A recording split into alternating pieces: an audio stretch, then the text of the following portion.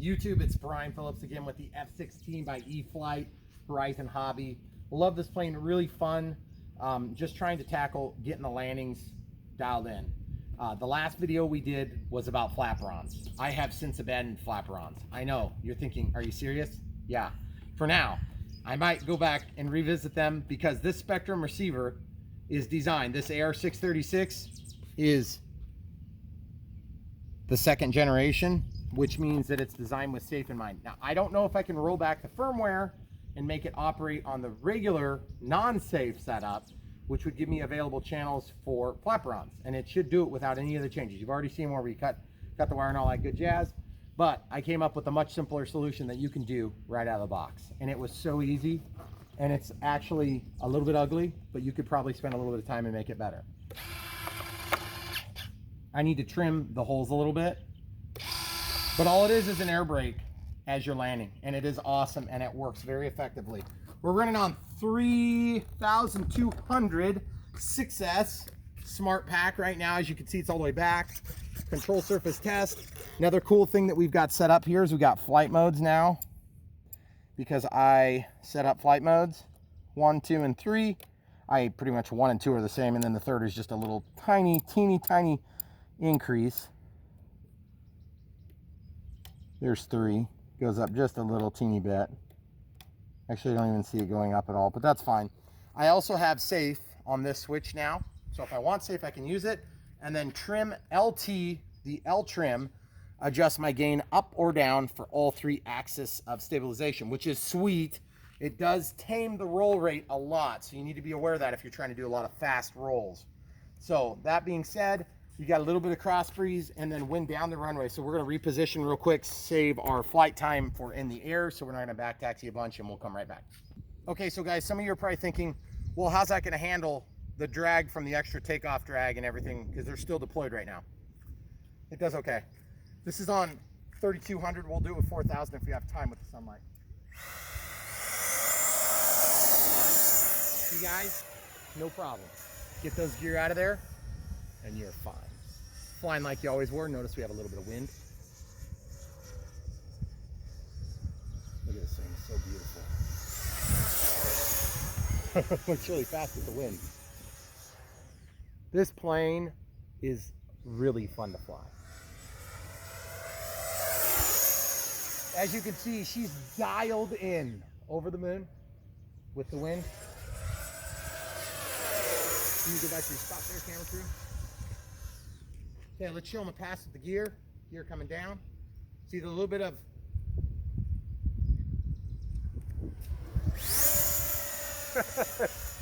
slight pitch up tendency, which is awesome.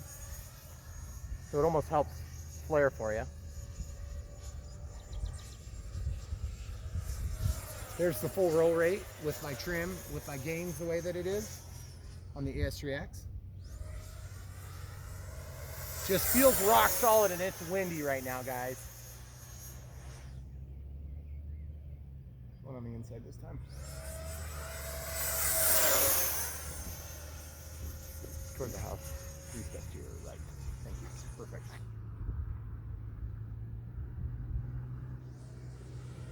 It's a little bit jitterier than it has been in the past videos, just because we are flying fast and we're flying with a lot more wind.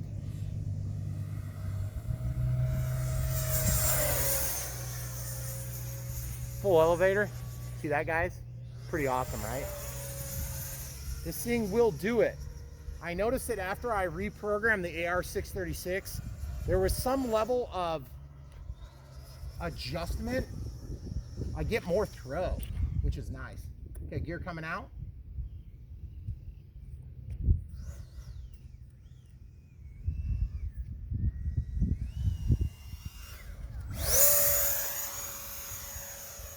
Okay. Just putting a little bit of trim in there.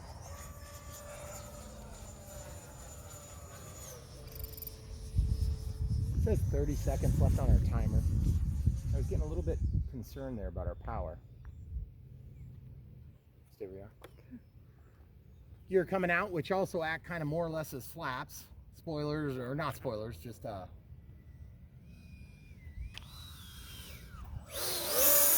out of the gear. Get out of the gear if you need to.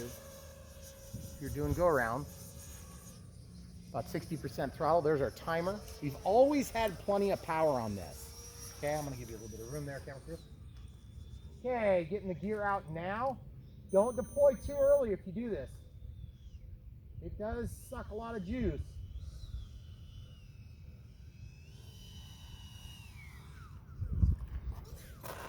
Yes, a little bit of bouncy wouncy, but you can see it slows down way faster on the rollout. Yeah. Okay, so I'm gonna try to turn and then turn all the way back if we can get it. Oh yeah. I still badly want to take off again, but I just don't think we have it in us. And as you can see, you can't see them. That's why I chose to do clear. So you can't see them at all, guys. Mm-mm. Are they even there? Yeah, I see one. We'll see one. They're yeah. there. But as you guys can see, when you deploy these things, we get this huge air brake effect. Now, the other thing too is, full disclosure, we do have wind going down the runway, which is glorious, and we don't get that often. Usually the wind it's actually a little bit crosswind. It's like this. I don't know if you guys can tell because that windsock is somehow blocked by the tree line, but we've got wind coming like this. That's why the plane was wanting to nose at us. And I had that all day today. It was crazy. I flew earlier today with a 5,000 milliamp hour pack, and that's how I tested these things. And I got it landed down here with no problem. So we're gonna go to 4,000 right now. Okay guys, for those of you that have watched the channel for long, you know that I haven't done a lot with telemetry. Specifically, still, I don't want to say it's signs of puffing at all, but it's just, they're just holding up great, guys. EDFs are hard on batteries. So back to my point, this is the 4,000 milliamp 6S, okay? 50C this time instead of 30C, so you get a little bit more pizzazz out of this pack. So what I was saying is, I don't typically worry about telemetry too much because I just don't care. But if you have the AR636 and you can go in there and adjust trims and everything, or not trims, but rather your gains, that is so nice because it's like the Lemon RX, I could always adjust it on the fly, and I guess you can do that too with the AR636.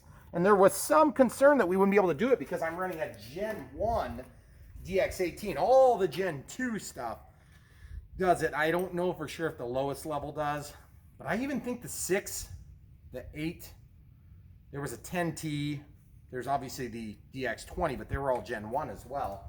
I know the IX12 and the IX20 do it, but basically what I did for that is I just turned on telemetry. So if you just click, go into the function list, scroll down to AS, well, it's not going to be, AS3X gains is not going to be there at first.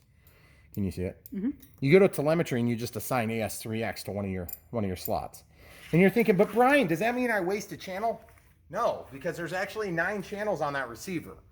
So when you hook it up with the computer, which is a huge pain in the butt, if you don't have the programming cable, I don't even know if I'm going to encourage you to get it, but if you get it, you plug it into the bind plug, you go through all sorts of hoopla, you download the apps, you have to get the application, you install it on the computer, then you have to download all the models, and if you want to start from one of the models, you can start from one of the models, or you can pull what's on there and bring it in. Just be careful about whether or not the battery is plugged in because you can fry your USB port on the computer. So I'm just telling you that as a heads up. The other thing too is I had problems with mine in that I didn't have enough juice to run all the control surfaces properly because it would reset the transmitter. That's not really a big surprise because I probably just don't have enough power coming out the USB port. Because you can power from the computer and run the system. Now you can stay connected while you're working on it, which is really nice. Now I don't know what that means for actually flying, but the newer module that they're pushing is a Bluetooth module rather than the wired module. And I can tell you this, that was the other thing I noticed, is it does have a pretty good length cable on it. I was thinking I was gonna have to use an extension cord. I did not have to use an extension cord. So, and you also notice that I am not running flaperons right now, guys. I don't have flaperons set up. Part of it is just because I lost so much of that locked in feeling when I only had one going. The other thing too is you have to remember when you cheat on an AS3X plane and you say flaps, you know, for flaperons, and then this channel is just a naked channel without any AS3X on it, you're acting like you're moving the stick over, so you overwhelm all the gains on the AS3X. So you essentially lose all your AS3X on your roll axis. That's the most helpful axis when landing. So if you give that up, it's not like you're just losing one, you're actually pretty much losing both. So I don't know, I hope that explains it for some of you guys why I decided to get rid of that. Now during flight, it's still working, but only on one side. And so in the heaviest wind conditions, you're going to have the largest impact. We are going to pick this up and carry it over again. Okay guys, so we're on the 4,000 milliamp 50C6S pack, smart. And timer has been reset to 3. At 3, we're gonna have like double our time. I'm not gonna push it on an EDF because I get a little bit, let's just put it this way, I'm not conservative with my flying, so.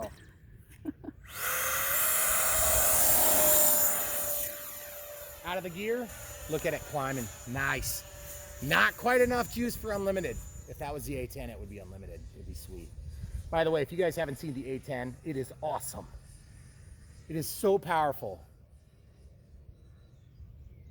Okay, remember this is a bigger pack, but only by 800 milliamp hours per cell. So there's 6 of them, so that's 6 times 800 milliamps worth of extra weight. Now this is a 50C pack, so it packs a little bit more punch, guys. Still got a pretty good roll authority there. I do not change my flight modes in flight, almost ever. I'm gonna show you some safe flying. I haven't even showed you that yet. Here's safe. Okay, out of the throttle. You guys notice it's staying pretty well behaved. I'm just kind of guiding it around. Can you see the transmitter? Yep. Giving a little bit of up elevator as I pull back. Getting into the throttle just a little bit with the wind. Okay, so out of safe into the throttle. Guys, the margins on jets are razor thin. That's why I don't really understand the whole safe thing. Because it's nice to help you out, but really, if you're depending on safe with this plane, it's gonna last about half a flight. I'm serious, guys. My camera crew laughed, but I'm No, I agree.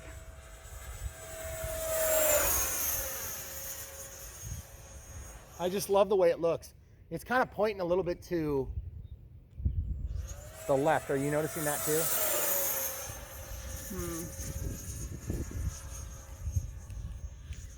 I know this is going to drive you guys nuts that are in clubs, but I'm a pacer. When I fly, I move around, and you're like, what if you fall? If I fall, I crash. I'm trying to do this maneuver where I yank on the elevator. I want to see how much G-force I can get out of this before I lose control of the plane. But I got to be careful where I do it. And I'm not talking about high alpha. I'm talking about janking on it. That's what my Puerto Rican friend would say. He's also a cameo on the channel, Mr. Esteban. He's the most popular cameo on this channel. The camera crew, of course, is part of the channel. She doesn't count. Okay, landing gear coming out. We're gonna ride the throttle. One step to your right, please. Safety first.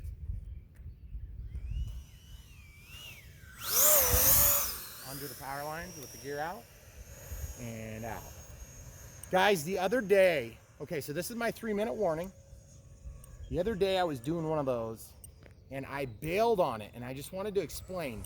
The reason I went over the power lines is because when in duress, you always have to err on the safe side, even if it's annoying and less cool. It sucks to be a responsible person. Anybody seen a carrier around here? Jeez, that's like the most overused. Wait, it's not an MCAT's joke. Oh, that would have been gorgeous. Out of landing gear. Full throttle, buddy.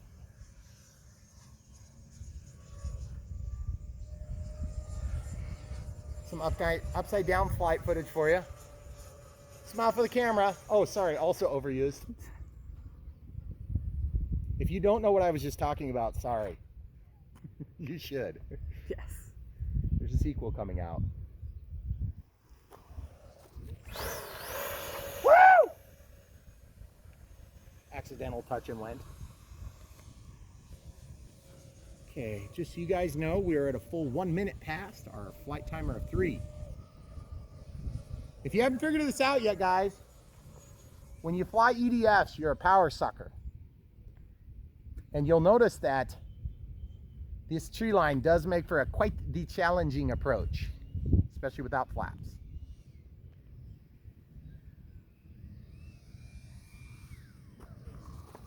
Oh, dude! Almost made it awesome! Okay, we're not ending on that. All right, guys, look at this ravenous damage. Jeez. Wow. It's ruined. I stuck my tip in and it broke right off. Jeez. We're gonna start again from here, guys. I'm at 2 minutes and 20, but that includes screwing around. So basically I'm gonna get like take off, go around, run out of battery, and land. My camera crew is cringing. Yep. Yeah. Do you believe in me? No. No. Okay, we're doing it anyway. Okay. Typical torture test. Gear going up, baby. Anybody seen an aircraft carrier around here? Wait, hold on. Yes, I do go over the house. It's called RF. All right, here we go. Here we go. Getting into final. Hey, you know not to let this one hit you, right? Yes. Yes! Finally! Stop rolling! Stop it! Yes, it's gonna stop. It stopped on the driveway. Ooh! We got it. Okay, we're gonna pause and come back. All right, guys. You remember these missiles I was complaining about since the beginning of time? As awesome as a pair of sidewinders would be, it'd be useful in traffic and things like that. On this plane, they aren't scale because you don't fly with missiles on, you know, an air show plane unless you're in Russia, and then you fly ready to shoot things down, I guess, because that's the way they do it. But anyway, here in the United States, we take all that stuff off and put it in a shelf in case we, you know, have to use it for real wartime. But what I found out is that these things are nice for dragging because any tricycle that you've had less than a perfect landing, they like to do this. They like to tip over like this. This has saved me twice today. That horrible landing you saw midway, the tip will save you and the missiles will save you. So just in case you're wondering. Yes, these things do in fact work. Give them a close-up shot. I got 2 zip ties, a little bit of hot glue just to keep them positioned where they need to be. They melted it into the rails here and here. I basically just took a bunch of paper, cardboard. It was like an old file cabinet sort of thing, and it was in the garbage can. I pulled it out of the garbage can. I cut it up. I know my wife's so concerned about recycling, but anyway, I folded it up and made sure I was going to get clearance going into my doors. And then I found some plastic. This stuff has this ribs on it, which is really nice. It's ribbed for my pleasure. It's kind of weird. No, that's the other way around. Well, depends. But anyway, so it's ribbed, and that makes it stronger. So it holds, you know, like you could use a bottle of soda or something like that when you're done drinking it. Don't cut it when it's full. That'd be bad. But if you do that, you can create a lot of drag. But then watch what happens when I close the gear. I may need to just trim a little teeny bit, but you see, going 90 miles an hour, this might catch a little bit of wind. So I'm thinking if I just kind of bend it down a little teeny bit, the little bit of airflow is going to push that down tight. I didn't notice any performance differences. And then you'll notice that I've scraped a few times here. I kind of knocked this thing out playing around, and then I drag the exhaust on the ground, which honestly, guys, to stick a landing with this plane feels so good. It feels perfect. It's huge. So I like it. If you haven't already bought this plane, you need to buy it. It's awesome. You won't regret it unless you crash it on the first flight because you don't know how to fly yet. Then you will regret it and you'll hate me forever. And you'll have to come back and find out what next plane to buy. So on that high note, check the link in the description below. Buy one. You never know, might be on sale.